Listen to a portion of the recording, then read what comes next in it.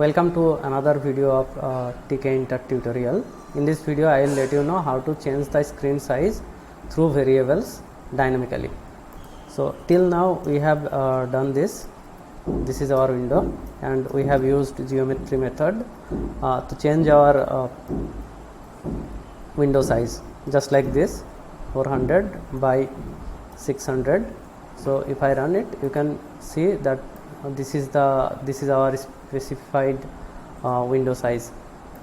So now close it. Now I want to do this through variables, like 400 and 600 should be passed as a variable. So in order to do that, we have to use curly braces, just like this, and inside curly braces we have to place the variables or the values. If you already know string literals or f string, then you can skip this video because this is a core Python thing, not a Tkinter thing. So how to do that? You have to write dot format, and inside this single bracket, whatever values you are going to put by separating commas, that will be placed here.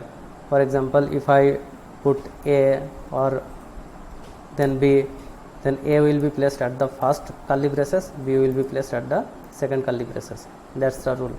So let's test it through an example. I am putting 400 and 500 here for an example. Yes, it's working fine. So I can write it down through a variable.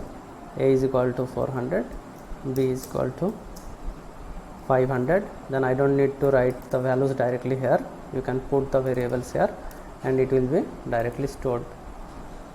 It's working fine. But thanks to Python newer version, after Python 3.6, we don't have to use this. Let's try it directly first. If I put A and B and if I run it, I will be getting an error because Python is considering the whole thing as a string. So Python can't detect this as a variable or as B as a variable. So in order to do that, we can use this. Just write a f in front of this and then you can insert your variable here. This is called as string literals, or you can also call it f string. So if I run it, you can see this, it is working fine. You can change the value from here and it will be affecting in the window size. Let's run it.